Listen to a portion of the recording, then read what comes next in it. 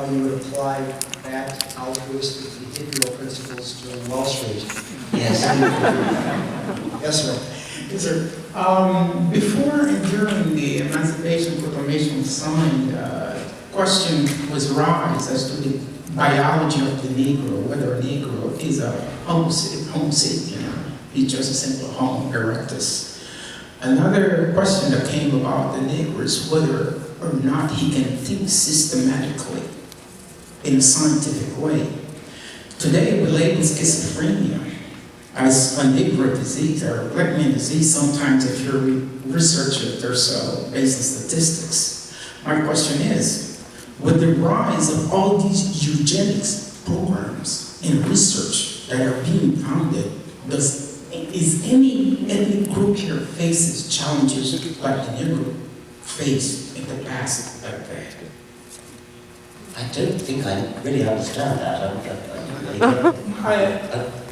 Whether it are the result of these eugenics. Which eugenics? Eugenics. Who's practicing genetics? Genetics research. Genetics research which predetermine the line, the human line, who is human, who is not human. Is any ethnic group faces any challenges or questions like what the Negro faced in the past due to these scientific research? I don't think so.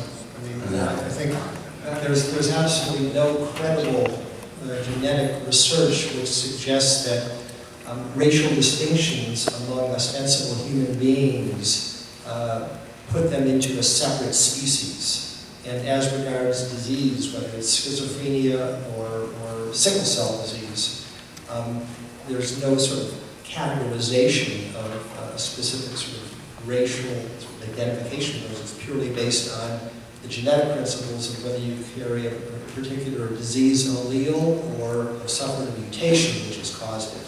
But the racial politics has been completely, appropriately and finally, completely deleted from credible scientific investigation. So that's something we can sort of lament what may have gone before, but we can take some consolation in the fact that that's, we have passed that stage. That's right. I mean, the human species is extremely uniform, and separation into different races is a very, very minor separation. We're very, very close. Next question.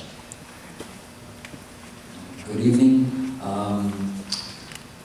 Touching back to, there's been a recent string of conversations in my own life where there's been an underlying question, and then looking around for different opinions, I've looked at, Christopher Hitchens and Sam Harris's work, and even your own work, The God Delusion.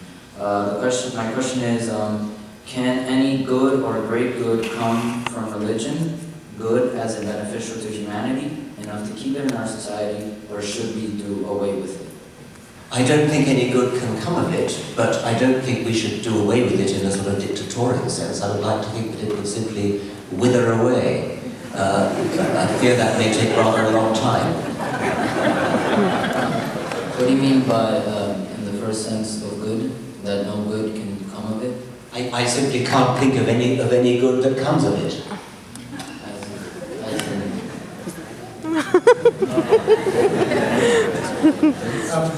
I've been told by our stage manager that we only have time for one more question.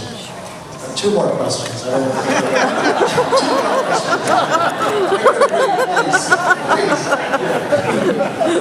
Hello, Mr. Richard Dawkins. I'm a big fan.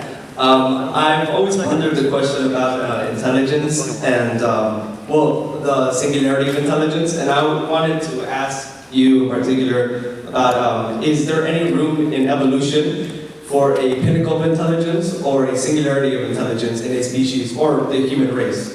What was the word before singularity? Pinnacle. Pinnacle. I don't know what the word like that would mean. I can kind of see what singularity might mean. It might mean a sudden abrupt change, a sudden change that If you want the word, I could change it to perfection, per se. Yeah, well, I mean, okay. Let's stick with the singularity, which would sort of mean a sudden abrupt change. I don't know that. I mean, I think it's arguable that the origin of language was a singularity. Nobody knows how language evolved. Nobody knows whether it happened gradually, like virtually all other major evolutionary changes, or whether there was a major singularity, a sudden change. So that would probably be the best guess I could think of. Would be the origin of language. I think the idea of a pinnacle or perfection would be difficult because there are so many different forms of intelligence also. Yes, sir. The last question, I'm sorry, we can't take any more just because of the time constraints.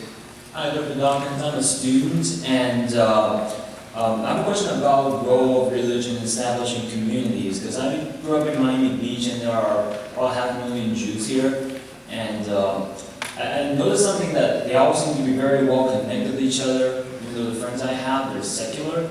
But do you think that religion has a role in establishing communities, or are there better ways to establish communities? Because they seem to be, people around me are very well connected with each other, and I kind of wish there was a way for me. Yes, I think that's right, and I mean, what's good about it is, of course, the idea of community and fellowship and friendship, and that's what we should be working towards. You certainly don't need religion to do that. You can set up community and fellowship, and that's what we ought to be doing, rather than tying it to supernatural superstition.